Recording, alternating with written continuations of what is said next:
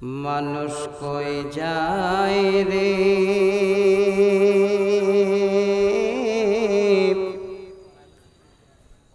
দুনিয়া ছাড়িয়া, মসজিদের ওই পলকে আয়না দোলা দে সাজায়া তারে জনমের লাগিয়া। মানুষ কই যায় রে দুনিয়া ছাড়িয়া, মসজিদের ওই পলকে আয়না দোলা দে সাজায়া তারে জনমের লাগিয়া। এ বাড়ির লাগি করলা তুমি কত মারামারি, মামলা মোকদ্দমা করে খোয়াইলে করি। আজকে তুমি যাবে মরে,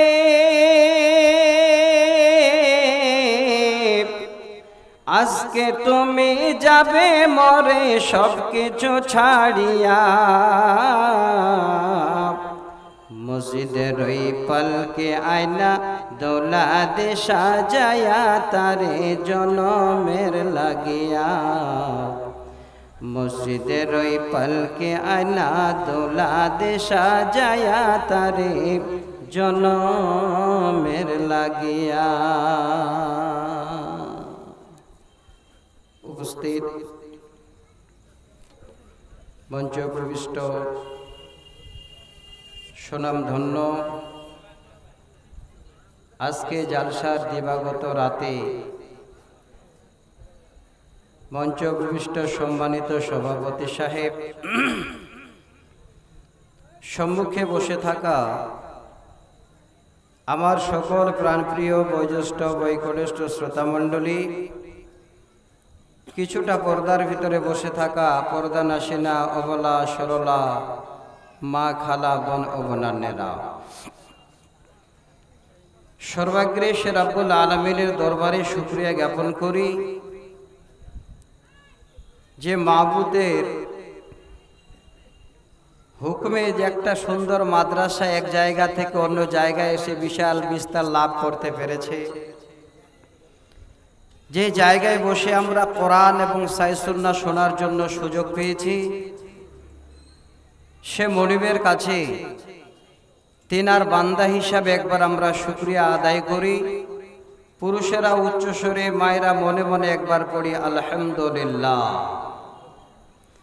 দরুদ ও সালাম অবতীর্ণ হোক নবীকুলের শিরোমণি মা আমিনার লাল আব্দুল্লাহর লাগতে জিগার জনাবে মুহাম্মদ রাসূলুল্লাহ সাল্লাল্লাহু আলাইহি ওয়াসাল্লামের উপর শত কোটি শান্তি ধারা বর্ষিত হোক। আল্লাহুম্মা আমিন। আল্লাহুম্মা সাল্লি আলাইহি, আল্লাহুম্মা বারিক আলাইহি। ব্রাদার ইন ইসলাম, এই জায়গাটা অনেক দিনের পুরানা। দীর্ঘদিন আগে আমি আপনাদের এই মাদ্রাসায় এসেছি দুইবার। যদিও জায়গাটা এবার আমি নির্ধারণ করতে পারিনি, আমাকে বললেন পুরানা জায়গাটা ছেড়ে আমরা এই জায়গায় মাদ্রাসা করেছি। বেশ আলহামদুলিল্লাহ, ভালো লাগলো। প্রত্যেকটা জিনিস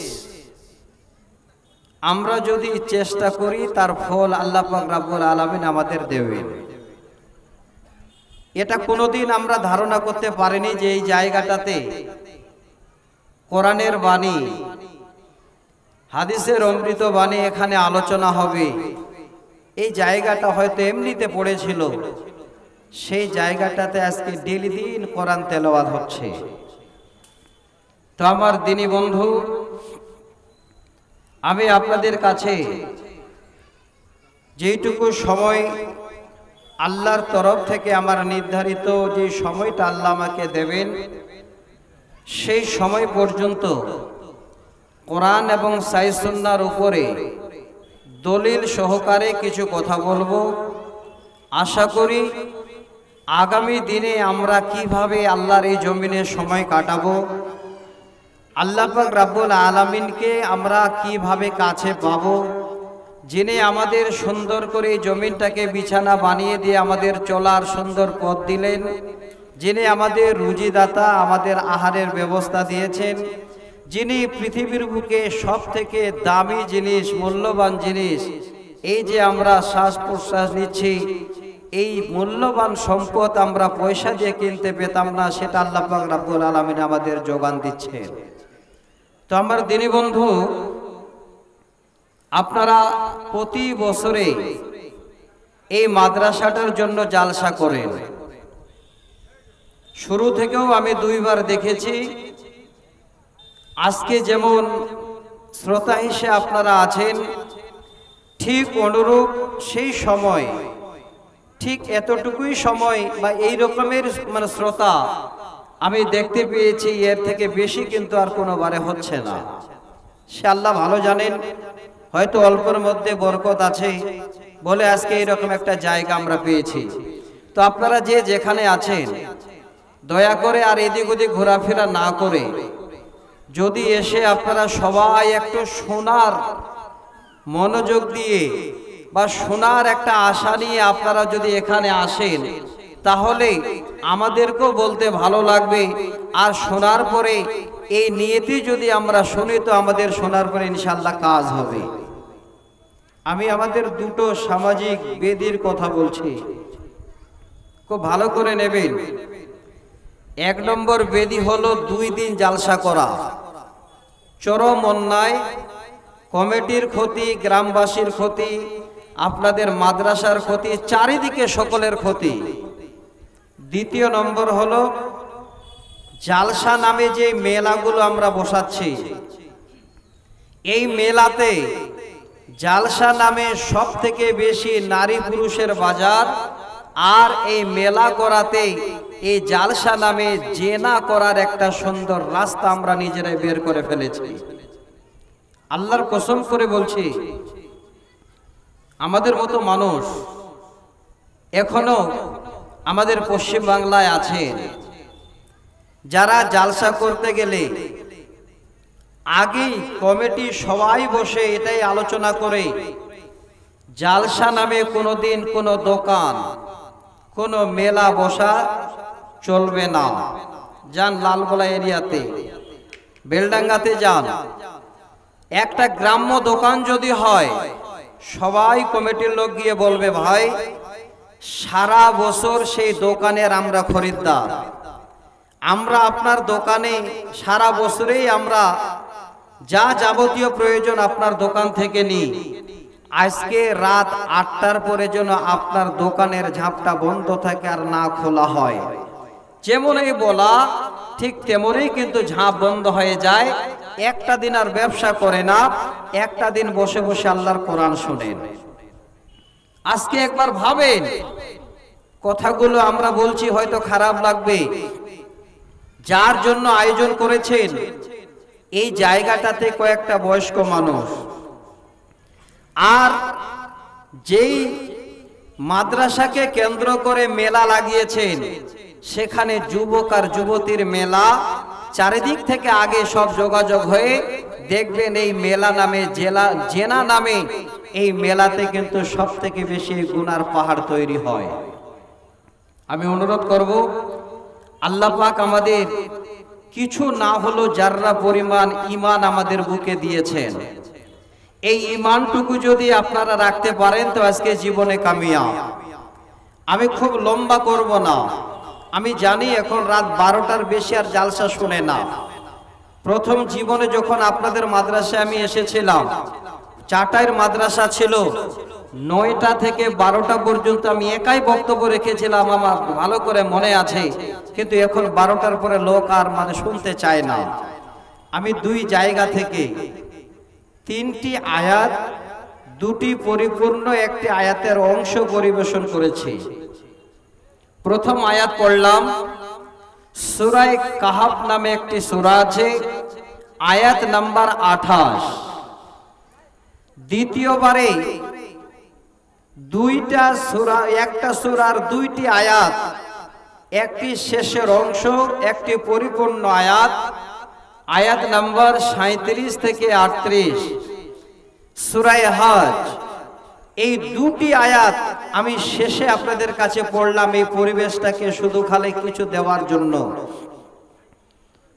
তিরমিজি শরীফ থেকে একটি হাদিস, যদিও লম্বা, আমি প্রথমে একটা লাইন হেডলাইন হিসাবে পড়ে রাখলাম। হাদিস নাম্বার 2398।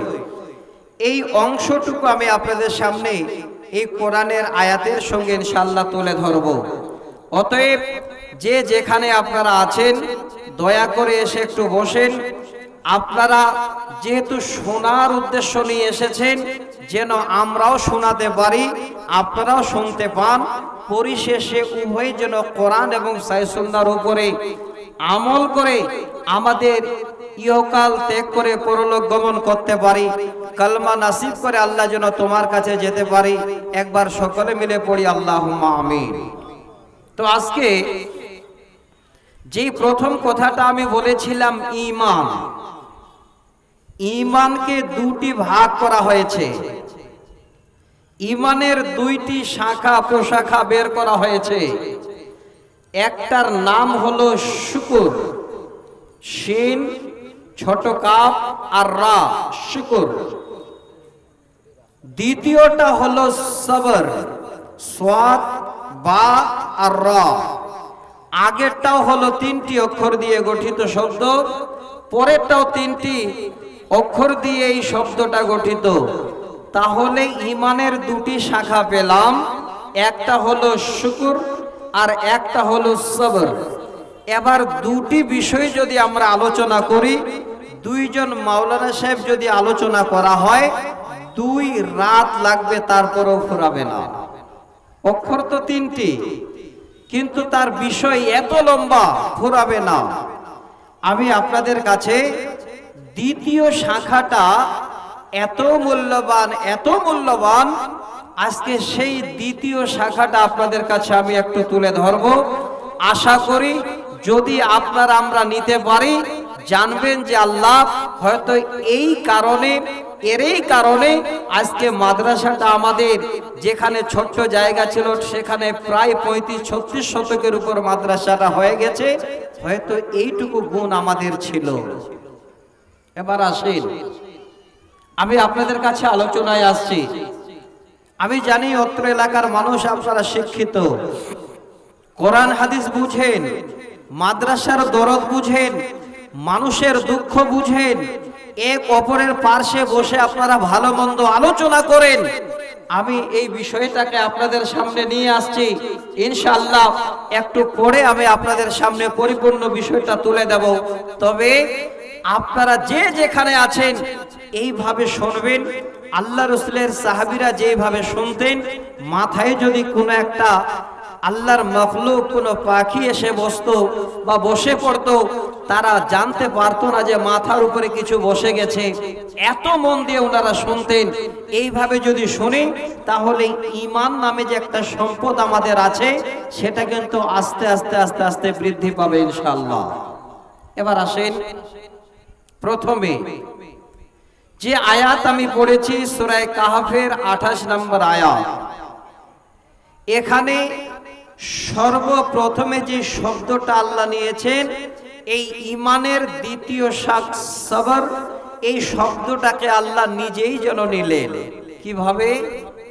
আমাদের কথা নয়, স্বয়ং আল্লাহ বলেন বিসমিল্লাহির রহমানির রহিম ওয়াসবির নাফসাকা মা'আল্লাযীনা ইয়াদউনা রাব্বাহুম বিল গাদাতি ওয়াল আশি। আল্লাহ পাক বলেন, যারা সকাল এবং সন্ধ্যায় যিনি আমাদের রব, যিনি আমাদের আহার দেন, যিনি আমাদের দুনিয়াতে এতক্ষণ পর্যন্ত বাঁচিয়ে রেখেছেন বা রাখতে পারেন, সেই রাবের কারণে সেই রাবকে পাওয়ার জন্য যদি তোমাদের আহ্বান করে, এবার সেই আহ্বানের ডাক পেয়ে যদি তোমাদের কষ্ট হয়, তোমরা যদি রাস্তাঘাটে আঘাত খেতে খেতে আসতে চাও, ওইভাবেই তোমরা আসো।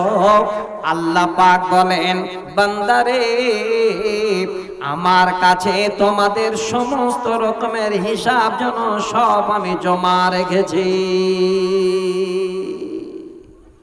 কি বুঝতে পারলাম? আয়াতটা পড়লাম এই দিক থেকে, আর তরজমাটা নিলাম বাম দিক থেকে। গাদাতে ওয়াল আশিয়ে, সকাল এবং সন্ধ্যা। এই শব্দ দুটোর অর্থ হলো সকাল এবং সন্ধ্যা। সকালে বা সন্ধ্যায় কেউ যদি তোমাদের রাবের কারণে তোমাদের সৃষ্টিকর্তাকে পাওয়ার জন্য আহ্বান করে, আর ওই সময় যদি তোমাদের কষ্ট হয়, তারপরেও মাথা পেতে মেনে নিয়ে সেই কথাটাকে মেনে নিও। আল্লাহ পাক কত সুন্দর করে বুঝালেন। জীবনে এই 60-70 বছর বয়সে এই আয়াতকে কেন্দ্র করে একটু জীবন যাপন করেন, দেখবেন আপনার জীবনে কত রকমের বিপদ এসে দাঁড়িয়ে গেছে। অনেক ভাই আমার আছেন, হয়তো আমরা এখানে বসে আছি, ভাই বাড়িতে বসে আছেন, তার পাও চল আসতে পারে নাই। অনেক ভাই আমার আছেন, আপনার সন্তান সন্ততি নাই। অনেক বাপজান আমার আছেন, দুটো মেয়ে আপনার বিয়ে দিয়েছেন, মেয়ে যেন শান্তিতে আছে, বাপের শান্তি নাই। এই রকমের একের পর এক অনেক রকমের বিপদ আপদ আমাদের কাছে এসে যায়। আল্লাহ পাক বলেন, বান্দা এই সমস্ত রকমের বিপদগুলো যদি মাথা পেতে তোমরা মেনে নিতে পারো, আমি আল্লাহ তোমাদের ওয়াদা দিয়েছি, কেউ তোমাদের পাশে থাক আর না থাক, আমি আল্লাহ সদা সর্বদা আমি তোমাদের পাশে আল্লাহ রয়েছি। যত বিপদ হোক, আপনার জমিতে ফসল নেই, দুঃখ করছেন, আপনার কষ্ট হচ্ছে, কষ্ট করবেন না, দুঃখ মনে নেবেন না। আল্লাহকে বলবেন, আল্লাহ এটা পরীক্ষার বিনিময়ে আমি আগামীতে পাবো। আল্লাহ দেবেন, ওয়াদা করেছেন আল্লাহ। দ্বিতীয় নম্বর আয়াতের তর্জমাটা এবার আবার করছে। যে আয়াত শেষ অংশটুকু আমি আপনাদের কাছে নিয়েছি, এখানে একটা শব্দ আল্লাহ বলছে, দুইটা অক্ষর এত মূল্যবান, এখানে একটা অক্ষরের ভিতরে আর একটা অক্ষর ঢুকানো আছে। এখানে এই শিনটাকে 2 বার উচ্চারণ করতে হচ্ছে। এর থেকে সুসংবাদ পৃথিবীর বুকে আর কিছুই নাই। সেটা কি? আল্লাহ পাক বলেন, ওয়াবাশশিরিল মুখবিতিন, যারা আমার এই জমিনে চলতে গিয়ে আমার এই জমিনে আপদ বিপদে পড়ে, পৃথিবীর সমস্ত রকমের বালা মুসিবত তাদের কাছে আসার পরেও তারা যদি আমার উপরে সম্পূর্ণ রকমের সব কিছু আমার কাছে ছেড়ে দেয়, ওয়াবাশশিরিল মুখবিতিন, আল্লাহ বলেন, বান্দা তোমাদের জন্য আমি আল্লাহ সুসংবাদ দিলাম, তোমাদের জন্য আমি সুসংবাদ দিলাম, আমি ইহকাল এবং পরকালে তোমাদের পাশে এবং তোমাদের কাছে আছি। এই বাশশারা ইউবাশশিরু মানে হলো আল্লাহ পাক রব্বুল আলামিনের তরফ থেকে সুসংবাদ দেওয়া।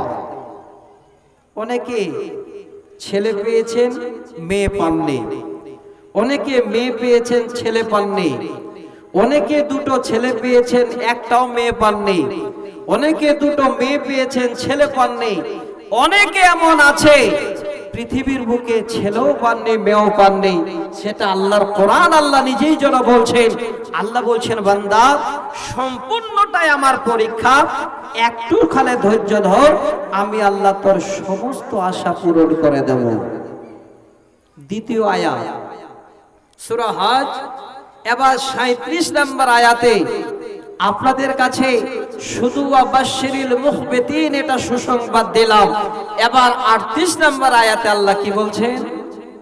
আল্লাহ পাক বলেন, আল্লাযীনা ইযা যুকিরাল্লাহু ওয়াজিলাত কুলুবুহুম, যখন আমার এই কোরআন তারা শুনে, আমার বান্দা বান্দিরা যখন আমার কোরআন তারা শ্রবণ করে, ওই সময় তাদের এই হৃদয় নামে একটা যে বস্তু আছে, এই হৃদয়টা তাদের জন্য ভয় ভীত হয়ে যায়।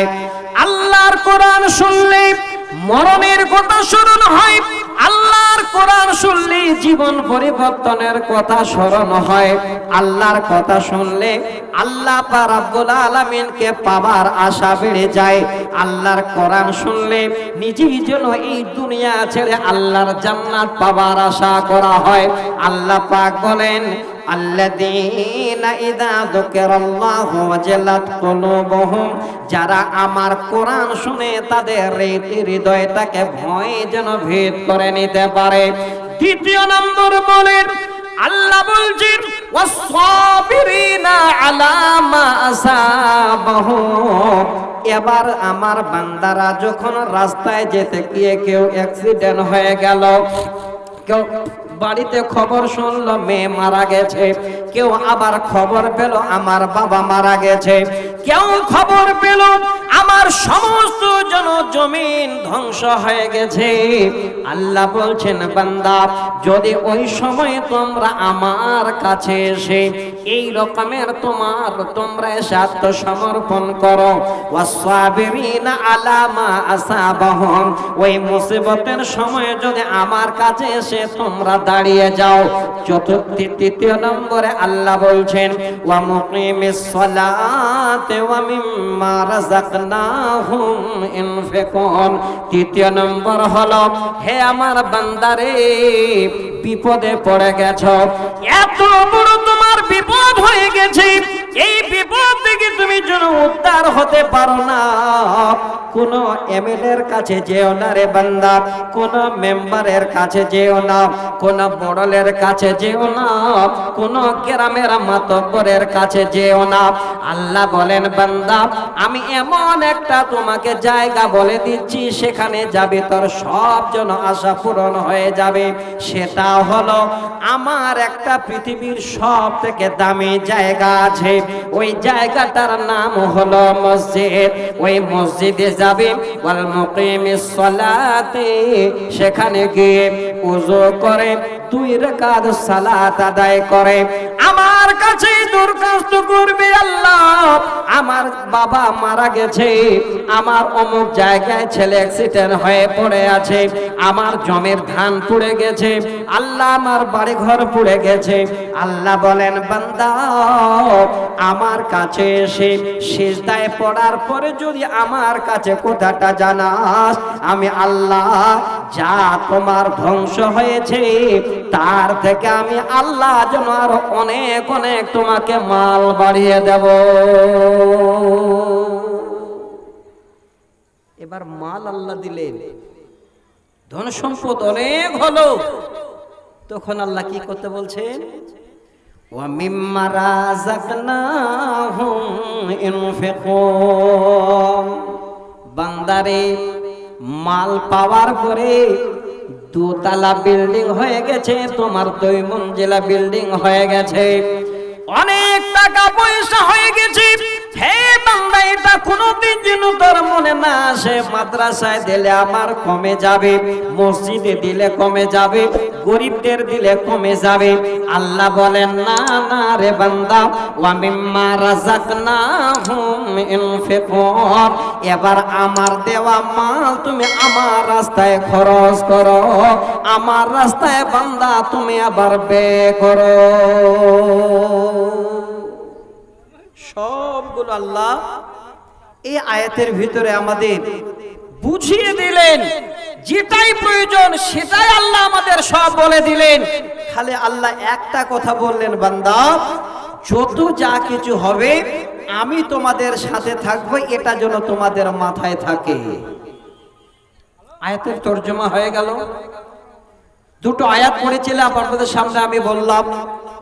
এবার যে হাদিসের অংশটুকু আমি আপনাদের কাছে নিয়েছিলাম, এবার এই হাদিসটাকে আবারও একটু আপনাদের সামনে তুলে দিয়ে আরো ভালো লাগবে।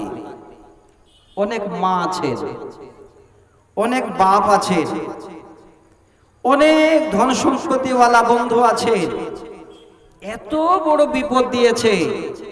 এবার বলছে আল্লাহ যত কামাই করেছিলাম লক্ষ লক্ষ টাকা আল্লাহ সব শেষ হয়ে গেল। দেখে এই শেষ হয়ে গেল কথাটা আপনার মুখে যে বের হচ্ছে, এই কথাটা বের হওয়া এমন করে এমন ভাবে আপনার মুখে বের হবে যেন আল্লাহ পাক রব্বুল আলামিন আপনার কথাটাতে রাজি থাকেন। কিভাবে? অনেক ভাইজান বলেন যে আল্লাহ তোমাকে এত ডাকছি, মসজিদে গিয়ে নামাজ পড়ছি, তারপরেও যত বিপদ আল্লাহ তুমি খালি আমাকেই দিচ্ছ। জেনে রাখেন আপনার বেশি বিপদ আসছে মানে আপনি ভাগ্যবান। আপনার থেকে ভাগ্যবান এই কৃষ্ণবাটি তার কেউ নেই। আমি হাদিসটা শোনাচ্ছি। নবীজি বলেন আশাদ্দুন নাসি বালাআন আল আম্বিয়া, পৃথিবীর বুকে সব থেকে যত বড় বালা মুসিবত, সব থেকে যত বড় বড় বিপদ আল্লাহ দিয়েছেন, সমস্ত বিপদেরা সমস্ত বিপদগুলো আল্লাহ যতগুলো আম্বিয়া পাঠিয়েছিলেন, নবী পাঠিয়েছিলেন, ওই নবীদেরকে সব থেকে বড় আল্লাহ বিপদ দিয়েছিলেন। ওনারা তো ভালো মানুষ ছিলেন, আমাদের মতো তো বেনামাজি, বেকুফ, বেয়াদব এই রকমের ওনারা ছিলেন না। অথচ ওনারা নবী, সমস্ত নবীদের আল্লাহ পাক রব্বুল আলামিন সব থেকে বড় বড় বিপদ দিয়েছেন শুধু পৃথিবীর এই বান্দাদের সান্ত্বনা দেওয়ার জন্য, বুঝাবার জন্য। আর কি?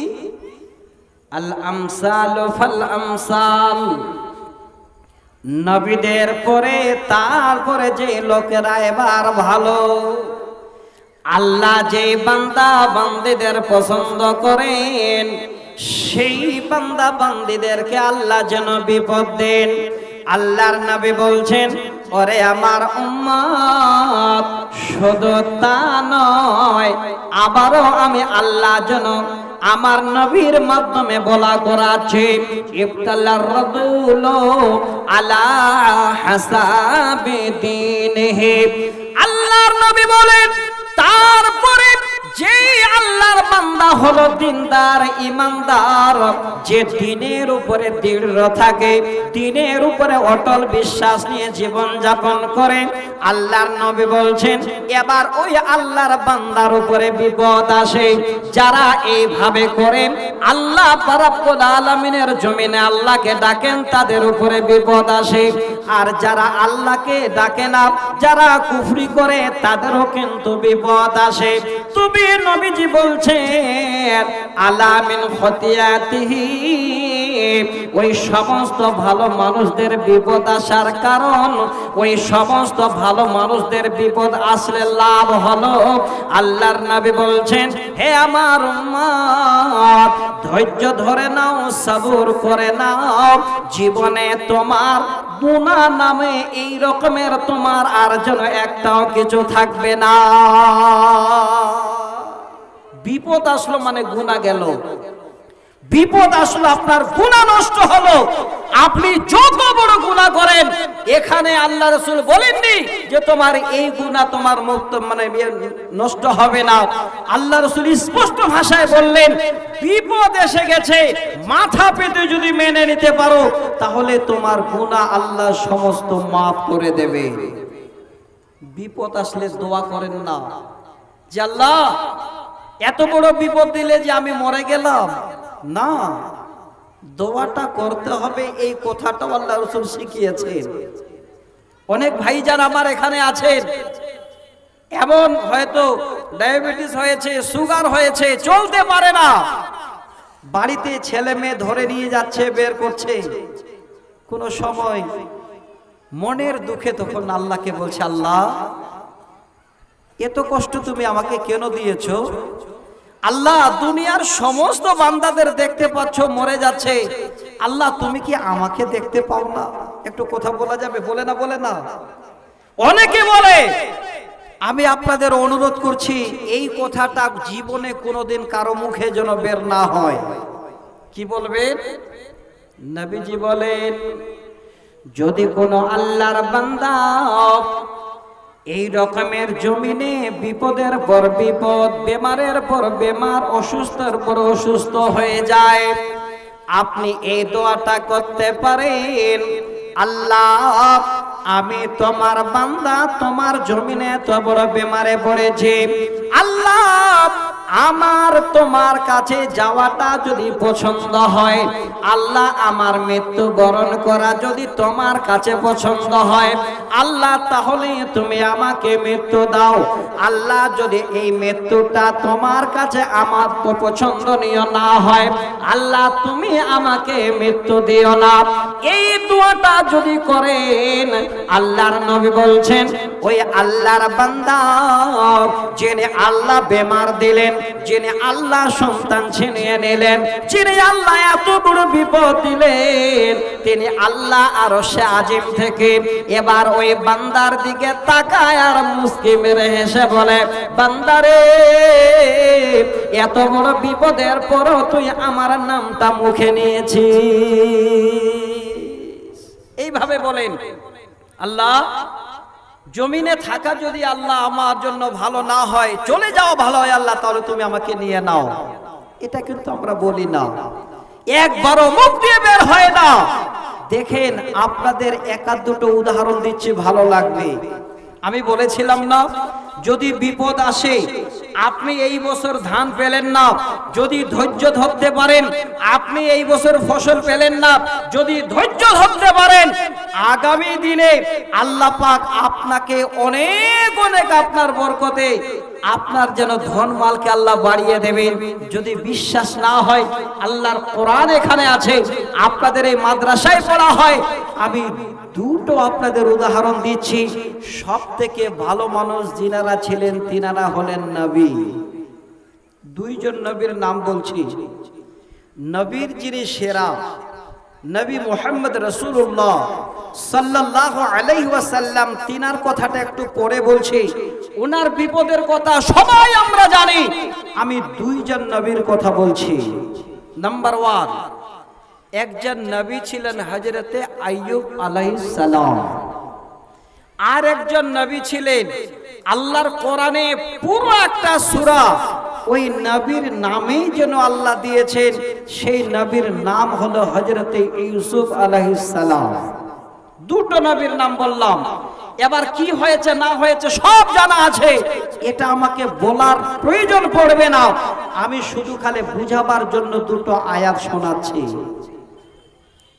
আমরা যদি বিপদে পড়ি, এক ডাক্তার হলো না আরেক ডাক্তারের কাছে যাই, রাগ করে ছেলে মেয়েদের উপরে গালি দিই, রাগ করে নিজের স্ত্রীকে রাগ দেখাই। বেমার তো দিয়েছেন আল্লাহ, আল্লাহ তো বলছেন আমি বেমার দিয়ে আবার আমি শেফা দিই, আমি ছাড়া কেউ তোমাদের ভালো করতে পারে না। অন্য কাউকে রাগ দেখাবেন না। শুধু খালি একটা কোরআন থেকে আমি প্রেসক্রিপশন আপনাদের দিচ্ছি, এটা নিয়ে নেবেন, চিকিৎসা আপনি চালাবেন, আপনাকে 1 টাকাও খরচ করতে হবে না, আপনাকে রায়গঞ্জও যেতে হবে না, আপনাকে হেমতাবাদ যেতে হবে না, আপনাকে কালিয়াগঞ্জও যেতে হবে না, শুধু খালি বাড়িতে বসে বসে বিনা পয়সায় চিকিৎসা করবেন। আপনার এই জবানটাকে শুধু খালি হিলাবেন। কিভাবে? আল্লাহর কোরআন খুলেন, সূরা সাদ, আল্লাহ পাকের নবী আবার বলছেন, হে আল্লাহ আমি বড় বেমারে যেন আক্রান্ত হয়েছি সেটা তোমার তরফ থেকে। ওয়া আইয়ুবা ইজ নাদা রাব্বাহু আন্নী মাসানিয়াজ যুররু ওয়া আনতা আরহামুর রাহিমিন। এই দোয়াটুকু শুধু জীবনে নিয়ে নিন। আপনার যদি ডায়াবেটিস থাকে, আপনার যদি সুগার থাকে, আপনি দেখবেন বারবার যদি এই আল্লাহর কোরআনের আয়াতটাকে আপনি ফলো করেন, আপনাকে ঔষধে যদি 1% ডায়াবেটিস ভালো হয়ে যায়, আপনার বিনা পয়সার জোবানের দ্বারা আপনার জন্য বেমার আল্লাহ অনেক বেশি ভালো করে দেবেন।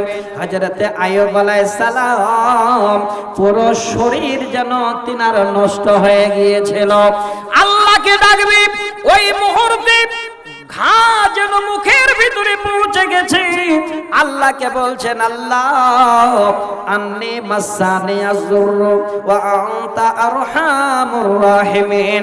আল্লাহ আমি এত বড় বিপদে পড়েছি, এই বেমারে পড়েছি, আল্লাহ তুমি আরহামুর রাহিমিন, তোমার থেকে পৃথিবীর বুকে যেন আর বড় দয়া করনেওয়ালা কেউ নাই। হে আল্লাহ, এটাই শুধু তোমার কাছে আমার আবেদন, আর নবী হিসাবে কোন রকমের আবেদন আল্লাহকে জানাননি। বারবার যখন বললেন, আল্লাহ বলছেন, নবী রে আমি আল্লাহ এত বড় বিপদের মালিক, আমি এই বেমারের চিকিৎসক, আমি আল্লাহ তোমাকে বলছি আর দেরি করো না, তুমি এবার মাটিতে আঘাত করো, উরকুদ বিদিলে, এবার তুমি তোমার পা দিয়ে আঘাত করো। সুন্দর জন এবার পানি বের হতে শুরু করলো। ওই পানিতে আল্লাহ বলছেন, নবী তুমি এবার সেখানে পরিষ্কার হয়ে যাও, সেখানে গোসল স্নান করো। আল্লাহ বলছেন, নবী এত বড় কষ্ট দেওয়ার পরে একবারও তুই কাউরে দোষারোপ দিলি না, অন্যদিকে একবারও যেন তোর মুখ গেল না আমার কাছে। বারবার যখন মুখটা তোমার বাড়ি বেড়ে আসলো, জিহ্বাটা বেড়ে আসলো, আমি আল্লাহ তোমার বেমারের চিকিৎসা নিজেই আল্লাহ আমি তোমাকে করে দিলাম। কিছুদিন পরে ভালো হয়েছিলেন। লম্বা ইতিহাস, আবল তাবল তাফসীর দেখতে গেলে অনেক আগের যুগে আমরাও পড়েছি। শুধু খালি আহসানুল বায়ান নামে মনে হয় মাদ্রাসায় পড়া হয়, দেখবেন তো যেটা সহি কথা সেই কথাগুলোই শুধু সেখানে মানে ধরেছেন, যার মধ্যে কোনো রকমের কিলোকাল নেই। তো আমি আজকে আপনাদের অনুরোধ করছি, শুধু গুছিয়ে নিয়ে একটু ধৈর্য ধরবেন। এর বিনিময়টা আল্লাহ আপনাদের কি দিবেন, এর বিনিময়ে আপনারা কি পাবেন, একটু সময় দিবেন আমাকে। আমি দীর্ঘদিন পরে আপনাদের কাছে আসলাম। এবার দ্বিতীয় নম্বর একজন নবীর নাম বলছিলাম, হযরত ইউসুফ আলাইহিস সালাম। তিনি যেমন দেখতে, হিংসা তো হবেই, অন্য কারো হিংসা হলো না। এই কোরআনটাকে আল্লাহ পাক রব্বুল আলামিন আমাদের যে দিয়েছেন জ্ঞান নেবার জন্য, দেখবেন বর্তমানে এখন অনেক জায়গায় শত্রু নিজেদের মধ্যেই বেশি শত্রু তৈরি হয়ে যায়। হযরত ইউসুফ আলাইহিস সালামের সবথেকে বড় শত্রু ছিল কারা? নিজের ভাই। আমি আপনাদের এই শব্দটা কালে শোনাবো কোরআনের। এই শব্দটা শুনলে ঈমান নামক আপনাদের কাছে আমাদের কাছে যে আল্লাহ সম্পদ দিয়েছেন, ইনশাআল্লাহ অনেকটাই যেন আপার লেভেলে উঠে যাবে। আপনার জীবন পরিবর্তন হওয়ার একটা জায়গা আপনি পেয়ে যাবেন ইনশাআল্লাহ। এই জায়গাটা শুধু খালি আপনাদের শোনাচ্ছি। ভাইরা ছলনা করে নিয়ে গেলেন, নিয়ে যাওয়ার পরে আর যেন কোনো মতেই ওই বাবার প্রেম প্রীতি ভালোবাসা ভাইয়ের উপরে অন্যান্য ভাইদের আর সহ্য হলো না। সংক্ষেপে বলছি, কুয়ায় ফেলে দিলেন। আমাদের জানা কথা, সবাই জানে। এবার কুয়াতে যখন ফেলে দিলেন, সেখানে কেউ নেই, একমাত্র আল্লাহ পাক রব্বুল আলামিন ছাড়া বাঁচাবার আর সেখানে কেউ ছিল না। আল্লাহ বলছে, ওরে বান্দা শোনো, ইন্নাহু মাইয়াত্তাকি ওয়াসবির ইন্নাল্লাহা লা ইউযিউ আজরাল মুহসিনিন। আল্লাহ বলেন, পৃথিবীর বুকে যারা আমাকে ভয় করে, এখানেও যেন ভয়ের কথাটা আসলো। বর্তমানে আল্লাহর ভয় আমাদের মনে নাই বলে ইমানের দুর্বলতা। আমরা এমন কাজ করি, আল্লাহ যে আছেন, আমাদের দেখছেন, এটা আমাদের অনেকের বিশ্বাস নাই, ইমানের দুর্বলতা। এই জন্য আল্লাহ রাব্বুল আলামিনের কোরআনের আয়াত দলিল দিচ্ছে, ওয়া ইন্নাহু মাইয়াত্তাকি ওয়া ইয়াসবির। আল্লাহর নবী হযরত ইউসুফ আলাইহিস সালামকে আল্লাহ বলছেন, হে নবী, তুমি ভয় করো এবং ধৈর্য ধারণ করো। ইন্নাল্লাহা লা ইউযিউ আজরাল মুহসিনিন। আল্লাহ রাব্বুল আলামিন যাকে নেকি দেন, সেই নেকিকে আল্লাহ কোনোদিন যেন নষ্ট করে দেন না। একটু ধৈর্য ধরো, এর বিনিময়ে আমি আল্লাহ তোমাকে বড় জন সিংহাসনে বসিয়ে দেব। কুয়ায় পড়ে গেছেন, খাবার নেই, লোকের দেখা নেই। এই নজিরগুলো দেখেন। আল্লাহর কোরআনটাকে আপনারা বিজ্ঞানের সঙ্গে মিলান। কিছুদিন আগে এই রকমেরও আমরা ঘটনা শুনেছি বা দেখেছি টিভিতে, পেপারে। কোন আল্লাহর বান্দা মাটি ভুসুড়ে কুয়ার ভিতরে পড়ে গেছে, তারপরেও জীবিত আছে। শোনেননি আপনারা? আল্লাহর কোরআন শুধু খালি ফলো করেন, পৃথিবীর জীবন ব্যবস্থায় কোরআন, সবকিছু কোরআনে পাওয়া যাবে। এবার হযরত ইউসুফ আলাইহিস সালাম একাই সেই কুয়ার ভিতরে, কেউ নেই। সেখান থেকে আল্লাহ তুলে নিলেন। নেওয়ার পরে শুধু আল্লাহকে ভয় করার কারণে, ধৈর্য ধরার কারণে, আল্লাহকে ডাকার কারণে আল্লাহ পাক এবার মিশরের সিংহাসনে তিনাকে সুন্দর করে বসিয়ে দিলেন। যে ভাইরা ফেলেছিল, সেই ভাইরা এবার তারা এই রকমের অভাব অনটনে বলল, তারা এবার রেশম নেওয়ার জন্য গেছে মিশরের বাদশার কাছে। গিয়ে যদি দেখে, তো দেখছেন এমন একজন বাদশা বসে আছে, সেটা অন্য কেউ নয়, যাকে আমরা কুয়াতে ফেলেছিলাম, সেই জন্য বাদশাহিতা করছে।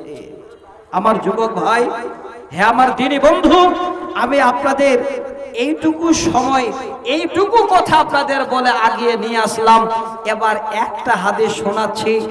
যদি ঈমান থাকে, প্রথম শব্দটা ঈমানটা রেখেছিলাম, এই শব্দটাকে মুখে রাখার জন্য আপনাদের বলেছিলাম, যদি যারা পরিবার ঈমান থাকে, তাহলে এই জায়গাটাতে আমাদের বিশ্বাস হয়ে যাবে, আল্লাহ পৃথিবীর যা যাবতীয় হবে সম্পূর্ণ তোমার মাধ্যমে।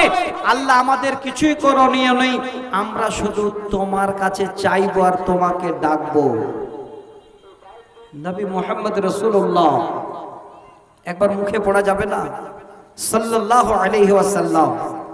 একটু খালে জবানটা মানে আপনারা ঝোকান, আল্লাহ পাক আপনাদের আমলনামায় সুন্দর করে 10টা নেকি যেন আরো বেশি করে আল্লাহ লিখে দেবে। মান সাল্লা আলাইহি ওয়াহিদাতান সাল্লাল্লাহু আলাইহি আশরা।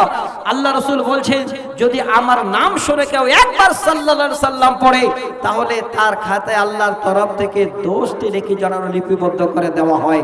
মুখটা বন্ধ রাখিয়েন না। জীবনেতে অনেক কথা বলেছেন, অনেক চিৎকার করেছেন, অনেক লোককে গালি দিয়েছেন। এবার পার্থিব জগৎটাকে সামনে রেখে আমি আপনাদের সামনে আবার ফিরে আসছি। দেরি করব না। দুটো এক্সাম্পল দেব আপনাদের সামনে, দুটো উদাহরণ দেব। একটা হলো সারা বিশ্বের নেতা, মানবকুলের শিরোমানব নবী মুহাম্মদ রাসূলুল্লাহ সাল্লাল্লাহু আলাইহি ওয়াসাল্লাম। আল্লাহ তিনাকে রহমত করে পাঠিয়েছেন এবং পৃথিবীর মানুষের মনুষ্যত্বের জন্য ফিরে আসে, যেখানেই যাওয়ার প্রয়োজন সেখানেই আল্লাহ তিনাকে পাঠিয়েছেন। একটা জায়গাতে তিনাকে আল্লাহ পাঠিয়েছিলেন, ওই জায়গা বা সেই অঞ্চলটার নাম হলো তায়েফ। নিশ্চয়ই আপনারা জানেন। আমি শুধু বুখারীর হাদিসটা আপনাদের সামনে শোনাবো, এই শব্দ দুটো আপনাদের শোনাবো। যেমন আপনাদের প্রত্যেকটাই আমি দলিল দিচ্ছি, ইনশাআল্লাহ যেইটুকুই কথা হবে কোরআন এবং সহিহ সুন্নাহর উপরে। উনি তায়েফ যাওয়ার পরে ইসলামের দাওয়াত দিতে গিয়ে একটা লোকের কাছে পৌঁছালেন। ওই লোকটার নাম হলো আব্দুল বিন কিলাল।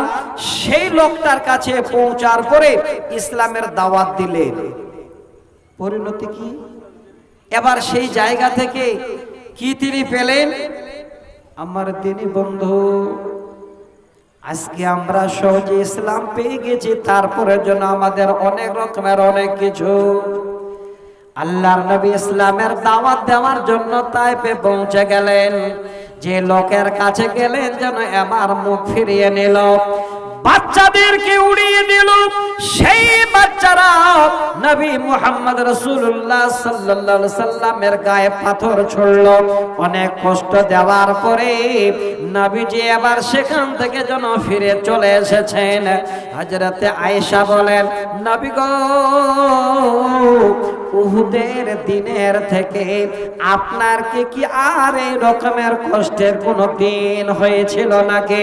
নবীজি বলেন, আয়েশা শোন, আমি নবী তোমাকে বলছি, পৃথিবীর বুকে এমন একটা দিন আমার কাছে এসেছিল। সেই দিনটা হলো যেদিন আমি তোমার বংশধরদের কাছে গিয়েছিলাম। ওই জায়গায় যাওয়ার পরে, তাইফে যাওয়ার পরে আমাকে এত বড় কষ্ট যেন নিতে হয়েছিল। আমার শরীর থেকে রক্ত ঝরেছে, আমি কোথাও আশ্রয় পাইনি। কারনুস সালিম নামে একটা ফাঁকা জায়গায় গিয়ে দাঁড়িয়ে গেছে। আমার পাশে দাঁড়াবার কেউ ছিল না, একবার কেউ নবী মুহাম্মদ বলে ডাক দেওয়ার কেউ ছিল না। আমার রক্ত ঝরছে শরীর থেকে। এমন সময় আমি যদি লক্ষ্য করে, আমার মাথার উপরে একটা সুন্দর মেঘ এসে আমাকে ছায়া করে যেন সামনে দাঁড়িয়ে আছে। কেউ নেই, কেউ একটু আশেপাশে দাঁড়াবে কেউ ছিল না। মেঘ এসে ছায়া করে দাঁড়িয়ে আছে। ইতিমধ্যে এবার আল্লাহ সব দেখেছেন, সব শুনেছেন। আল্লাহ এবার দায়িত্ববান একজন ফেরেশতা, তিনি হলেন পাহাড়ের ফেরেশতা, তিনাকে পাঠিয়ে দিয়েছেন। এবার এসে বলছেন, ইয়া মুহাম্মদ, হে মুহাম্মদ, আমি তোমার কাছে এসেছি। ফি মাইন শিতাব, তুমি যদি চাও একবার বলো, অর্ডার করো, এই পাহাড়টাকে এখনই আমি দুই দিক থেকে নিয়ে এসে এমন করে মানে জড়িয়ে দেব, এমন করে তাদের পিষে দেব যে তারা আর আপনাকে কষ্ট দেবে এই রকমের কেউ থাকবে না। নবী আমার দাঁড়িয়ে দাঁড়িয়ে শুনছেন। ফেরেশতার মুখে কথা বের হচ্ছে, নবী মুহাম্মদ উদ্বেক আলাইহিল আকশাফাইন, খালে অর্ডার করুন, আমি এই পাহাড়ের ফেরেশতা তাদের জন্য এখনই জীবনের মতো শেষ করে দেব। আল্লাহর হাবিব ওই মুহূর্তে দেখেন কত বড় ধৈর্য নিয়েছেন, কত বড় মনের ভিতরে যেন দৃঢ় সংকল্প নিয়ে এবার দাঁড়িয়ে আছেন। পাহাড়ের ফেরেশতাকে বলছেন, ওরে আল্লাহর ফেরেশতা, বাল আরদু আইয়ুখরাদাল্লাহ, না না না, এটা যেন কোনোদিন আমি বলবো না। আমার আশা, এটা আমার আকাঙ্ক্ষা, যে যারা আমাকে কষ্ট দিয়ে আমার শরীরের রক্ত ঝরিয়ে দিয়েছে, যারা আমাকে এত বড় কষ্ট দিয়েছে, তাদের ভিতরে এরকমের কিছু কিছু সন্তান জন্ম নেবে। হয়তো তারা আল্লাহকে এক বলে ডাকবে, আল্লাহর সঙ্গে তারা শিরক করবে না। তাদের বংশে হয়তো এই রকমের ভালো ভালো আল্লাহওয়ালা বেরিয়ে যাবে। না না রে পাহাড়ের ফেরেশতা, এই সমস্ত আল্লাহর বান্দাদের তোমাকে আর কোনো রকমের কষ্ট দিতে হবে না। আমরা কি করতাম? রাস্তায় না হলে মানুষ দিয়ে পিটাই করে হয় চিরজনমের মতো বিদায় করতাম। এটাও একবার ভাবনা হয় না? অল্প কিছু অর্থের লোভে আমরা এত বড় মানুষ মনুষ্যত্ব হারিয়ে ফেলেছি। এক ভাই অপর ভাইকে আমরা গুলি করে মারছি, কেটে মারছি। এটা কেন হবে বন্ধু? এইটুকু ধৈর্য আপনার নেই? আপনি কি চান আল্লাহর কাছে? যেটাই চাইবেন আল্লাহ সেটাই আপনাকে দেবেন। আমি দুটো বুখারীর হাদিস শোনাচ্ছি, একটা আমার মায়েদের, একটা শোনাবো আপনাদের। এই দুটো হাদিসকে আপনারা মিলাবেন যে আল্লাহ যদি আমার কষ্ট হয় আমি কষ্টটাকে মাথা পেতে মেনে নেব, আপনাকে দুনিয়াতে আল্লাহ কত কি দেবেন তার বর্ণনা এই হাদিস থেকে। আপনি কত সুখে থাকবেন তার কথাটা এই হাদিস থেকে আমি আপনাদের শোনাচ্ছি। আল্লাহ রাসূলের সহিহ বুখারীর একটা হাদিস আমি আপনাদের সামনে উল্লেখ করছি। উম্মে সালমা রাদিয়াল্লাহু তাআলা আনহা তিনি বলছেন, আমার স্বামী এত বড় বেমারে পড়েছে। মা জননী, আমি আপনাদের শোনাতে যাচ্ছি, একটু মনোযোগ সহকারে নেবেন। স্বামী যদি বেমারে পড়ে স্ত্রীরা বেকুল হয়ে যায়, কোথায় নিয়ে যাবে না নিয়ে যাবে তার চিন্তা করে। ও স্বামীর যদি শেফা পায়, স্বামী যদি ভালো থাকে, আমার সংসার সুখের হবে। উম্মে সালমা রাদিয়াল্লাহু তাআলা আনহা তিনি বলছেন, স্বামী আমার বেমার হয়ে গেল, আমি আল্লাহর কাছে দোয়া করছি, আল্লাহ আমার স্বামী এত বড় বেমারে পড়েছে, আল্লাহ আমার স্বামী যদি আমার কাছ থেকে চলে যায় তো জীবন কি করে চলবে।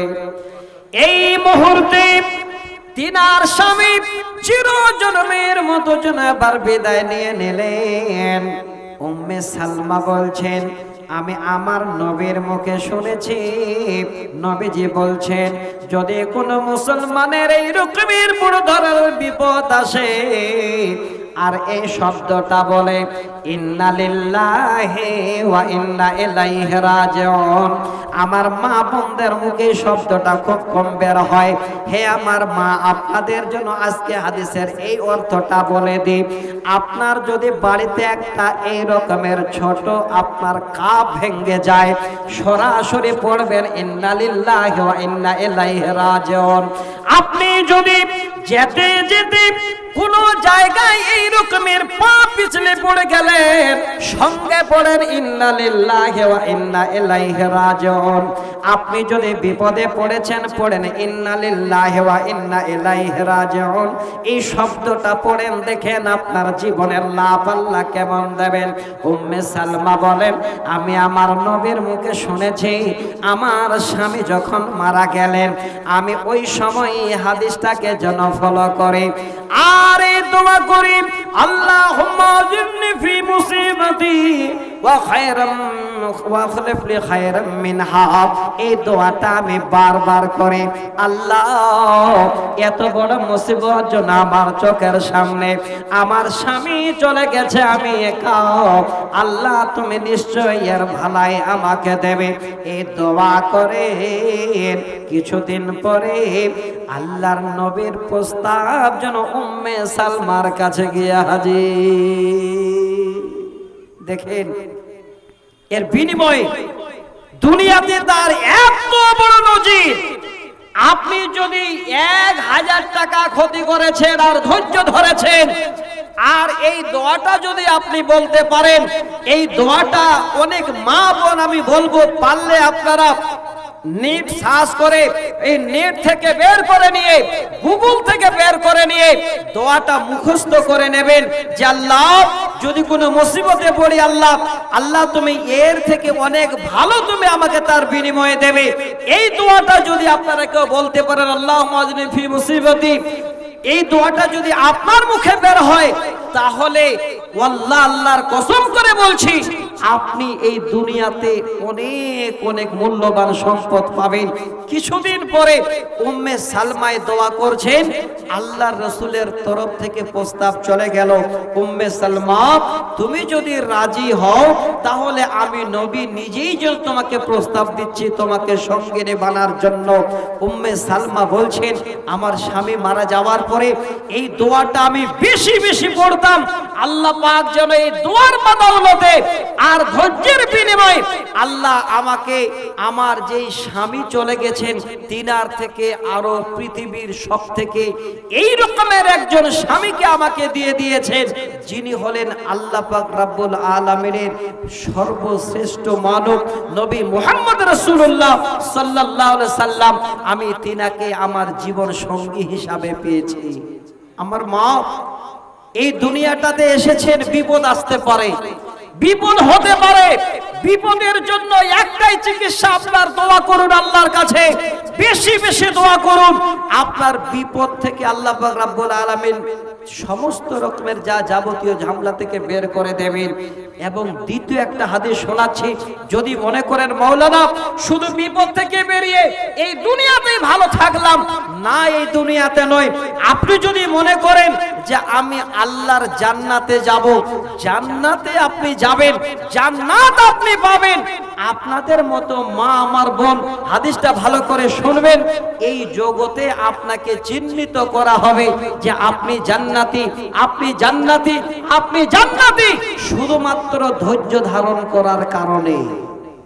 সহিহ বুখারীর হাদিস। একদম দুনিয়াটা ছোট, এমনি আয়তনে বড় দেখছি। এই যে একটা খুব মূল্যবান সম্পদ আমাদের সকলের হাতে দিয়েছেন, আপনি যা প্রয়োজন সেটাই আপনি চান, সেটাই আপনাকে দেখিয়ে দেবে। যদি মনে করেন যে একজন জান্নাতি নারী আমি দুনিয়াতে দেখব, তাহলে আপনি কোথাও যাবেন না। এই মোবাইলটাকে আপনি খুলেন, গুগল নামে যে অপশন আছে বের করেন, হাদিস নাম্বার বলছি 6552 নম্বর হাদিস। এই হাদিসটাকে বের করেন। হাদিসের রাবি হযরতে আতা বিন আবি রাবাহা, হযরতে আব্দুল্লাহ ইবনে আব্বাসের ছাত্র। এই শব্দ দুটো আমি বলছি, এই শব্দ দুটো বের করে যদি বাংলায় দেখতে চান, তাও আপনি দেখতে পাবেন যে সত্যিতেই জান্নাতি নারী আমরা স্বচক্ষে দেখতে পাচ্ছি। হাদিসটা শোনাচ্ছি। আমার মায়েরা অনেক এসেছেন, মায়েরা বিপদে বেশি পড়েন, মায়েরা আমার কষ্ট বেশি করেন, আর অল্পতে মায়েরা চোখের জল বেশি ফেলতে পারেন। এই জন্য আমার মায়েদের বলছি, মা যারা অন্ধকারে বসে আছেন, পর্দার আড়ালে বসে আছেন, জেনে রাখেন, আপনি যদি জান্নাতি নারী বলে আজকে নামটা নিতে পারেন, আপনি যত বড় অন্ধকারে বসে থাকেন, আপনার ঠিকানা আল্লাহর জান্নাতে যেন লিপিবদ্ধ করা আছে। সহিহ হাদিস। হযরতে আতা বিন আবি রাবাহা তিনি বলছেন, আমাকে আব্দুল্লাহ ইবনে আব্বাস বলেন, আলা উবিকা হাদিহিল মারা। আব্দুল্লাহ ইবনে আব্বাস বলছেন, ওরে আতা বিনে রাবাহা, হাদিহিল মারাতুস সাওদাও, আমি কি তোমাকে একটা জান্নাতি নারী দেখাবো না? যেই নারী হবে জান্নাতি, দুনিয়াতে যেন দেখতে পাওয়া যাবে জান্নাতে নারী। এবার ছাত্র ওস্তাদের কথা শুনে বলছেন, আলু বালা, হ্যাঁ হ্যাঁ আমি দেখতে চাই, আমাকে দেখান কোনটা মেয়ে জান্নাতি, ওই জান্নাতি মেয়েটাকে আমি দেখতে চাই, জান্নাতি মেয়েটাকে দেখান। কি জীবনে করেছে, এই কষ্টটুকু অনুভব করেছেন, তার কারণে দুনিয়াতেই যেন জান্নাতের সুসংবাদ। ইতিমধ্যে দুইজনের কথা হচ্ছে, ছাত্র এবং শিক্ষকের মধ্যে, আর রাস্তা দিয়ে ওই টাইমে একটা মেয়ে হেঁটে হেঁটে যাচ্ছে। বর্তমানে আমরা যদি বন্ধু বান্ধব মিলে কথা বলি, ছাত্র শিক্ষক মিলে কথা বলি, বাবা ছেলে মিলে কথা বলি, আর রাস্তা দিয়ে যদি কোনো মেয়ে একটা হেঁটে যায়, কারো না কারো চোখ যাবে। তবে একবার গেল ফিরিয়ে নিন, কোনো গুনাহ নেই। আল্লাহ রাসূল হযরত আলীকে বলেছেন, হে আলী, একবার নজর গেছে ফিরিয়ে নাও, কোনো রকমের গুনাহ নেই, দ্বিতীয়বারে আর নজর দিও না। হযরত আলী রাদিয়াল্লাহু তাআলা আনহু তিনি সবসময় মাথা নিচু করে চলতেন। তো আমি যেটা শোনাতে চাচ্ছি, ওই মেয়েটি হেঁটে যাচ্ছেন, আর ওই সময় আব্দুল্লাহ ইবনে আব্বাস দেখাচ্ছেন, লক্ষ্য করো ওই মেয়েটাই জান্নাতি।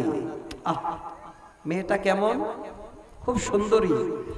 মেয়েটার চেহারায় ছিল রূপ লাবণ্যে ভরা, মেয়েটার গায়ে ছিল দামি দামি পোশাক। হে মা, হে বোন, যারা দামি পোশাক পরছেন আর আল্লাহ আল্লাহ রাসূলের আইন অমান্য করছেন, আপনি জান্নাতি নন, আপনি জাহান্নামী। আমি আপনাদের বলছি, যদি জান্নাত পেতে চান, জীবনে যা কষ্ট আছে সম্পূর্ণটা আপনি মাথা পেতে মেনে নিন, আল্লাহর জান্নাত যাওয়ার জন্য যথেষ্ট। এবার ওই মেয়েটাকে দেখাচ্ছে, লক্ষ্য করো। রাবি যদি দেখছেন, মেয়েটা দেখার মতো নয়, এত কুচ্ছিত, এত কালা, যার থেকে আর পৃথিবীর বুকে কালা হয় না। আরবিতে শব্দ আছে সাউদা, সাউদার মানে হলো কালা। যেমন প্রত্যেকটা জিনিসের আরবি শব্দ থেকে মানে পাওয়া যায়, এই সাউদার মানে হলো কালা। হাদিসে শব্দটা এসেছে, ওই কালা মেয়েটি হেঁটে যাচ্ছে আর বলছে লক্ষ্য করো ওই মেয়েটাই জান্নাতি। রাবি অবাক, যেই মেয়েটা জান্নাতি কেমন করে? মাইরা আমার জান্নাতি কেমন করে এবার রাস্তাটা শুনেন। আতাতিন নবিয়া সাল্লাল্লাহু আলাইহি ওয়াসাল্লাম ফাকালাত ইন্নী উসরাউ ওয়া ইন্নী আতাকাশাফু ফাদউল্লাহ লি। ওই মেয়েটি এবার হেঁটে হেঁটে যাচ্ছেন, অন্য কোথাও নয়, সারা বিশ্বের মানুষের মধ্যে মানবতার সর্বমানব যিনি হলেন নবী মুহাম্মদ রাসূলুল্লাহ সাল্লাল্লাহু আলাইহি ওয়াসাল্লাম, তিনার কাছে হাঁটতে হাঁটতে হাঁটতে হাঁটতে গিয়ে দাঁড় হয়ে গেলেন। গিয়ে বলছেন নবী গো, আমি আপনার কাছে আসলাম, ইন্নী উসরাউ ওয়া ইন্নী আতাকাশাফু ফাদউল্লাহ লি। আল্লাহ আমাকে এত বড় দুনিয়াতে পরীক্ষা নেওয়ার জন্য একটা বেমার দিয়েছেন, যেই বেমার আমার শরীরে যখনই উঠে যায়, ওই বেমারে যখনই আক্রান্ত হয়ে যায় নবী, আমি আর রাস্তায় চলতে পারি না, রাস্তায় পড়ে যাই। তাই আপনার কাছে এসেছি, ফাদউল্লাহ লি, আপনি একটু আমার জন্য আল্লাহর কাছে দোয়া করুন, আল্লাহ যেন আমাকে এই বেমার থেকে ভালো করে দে। চিকিৎসার জন্য নবীর কাছে গেছে। আল্লাহ নবী কত বড় ডাক্তার, কি সুন্দর করে প্রেসক্রিপশন করছেন, হাদিসটা বলি, কি সুন্দর করে বলছেন। আল্লাহর নবী তখন কথাটা শুনে বলছেন, আল্লাহর বান্দি, আমি তোমাকে দুটো পরামর্শ দিচ্ছি, যেটা ভালো লাগবে নেবে, যেটা ভালো লাগবে না ছেড়ে দেবে। এবার দুটো কথা কি? ক্বালা ইন শি'তি সাবারতি ওয়া লাকিল জান্নাত। ওরে আমার মা, আল্লাহর জান্নাতের রাস্তা যেন নবী দেখিয়ে দিলেন। হে আল্লাহর বান্দি, তুমি যদি এই বিমারে ধৈর্য ধরো, সবর করো, এই ঈমানের একটি স্বাদকে যদি তুমি মেনে নিতে পারো, তোমার জন্য আল্লাহর জান্নাতের দরজা খোলা, তুমি আল্লাহর জান্নাতের মেহমান। ওয়া ইন শি'তি দা'আতুল্লাহ তাআলা আইয়াফিয়াকে। আর যদি বলো আমি নবী তোমার জন্য দোয়া করে দেব, হয়তো এর বিনিময়ে তুমি ভালো হয়ে যাবে, দুনিয়া সুন্দর হয়ে যাবে। এবার বলো তুমি দুনিয়া চাও না আল্লাহর জান্নাত চাও? মেয়েটি সঙ্গে বলছেন, আমি দুনিয়া চাই না, দুনিয়া আমার জন্য কিচ্ছু না, আমি আল্লাহ রাব্বুল আলামিনের জান্নাতের আশাবাদী। যতই কষ্ট হোক এই বেমার নিয়ে আমি আল্লাহর কাছে যাব, আল্লাহর কবরে যাব, মানে আমি কবরে যাব। এই মেয়েটি হলো জান্নাতি। আমার মা, হে আমার বোন, আজকে আমি অনুরোধ করছি, অনেক বিপদ আপদ আসতে পারে, অনেক কষ্ট জীবনে আসতে পারে, কোনদিন আল্লাহকে ছাড়া অন্য কারো কাছে মাথা নত করবেন না, আল্লাহ পাক রব্বুল আলামিনের কাছে মাথা নত করে জীবন যাপন করবেন, আপনি আল্লাহর পরকালে জান্নাত পাবেন। তো আমি আর লম্বা নয়, 2 থেকে 3টা হাদিস শোনাচ্ছি। যেই মা বোন যেখানে বসে আছেন, আমি একটু অনুরোধ করব, এই শিক্ষামূলক আলোচনা একটাই জায়গায় পাওয়া যায়, সেটা হলো আল্লাহর কোরআন এবং নবীর হাদিসের মাধ্যমে। পৃথিবীর বুকে মানুষ, প্রকৃত মানুষ তৈরি যদি হয়, তাহলে কোরআন এবং হাদিস দেখলেই সত্যিকারেই একজন প্রকৃত মানুষ তৈরি হতে পারবে। তো ভাই আমার বন্ধু, এই মানুষ তৈরি করার একটা কারখানা আপনাদের গ্রামে আছে। সেই কারখানাটা হলো এই যে দেখতে পাচ্ছেন আপনাদের পাশে মাদ্রাসা।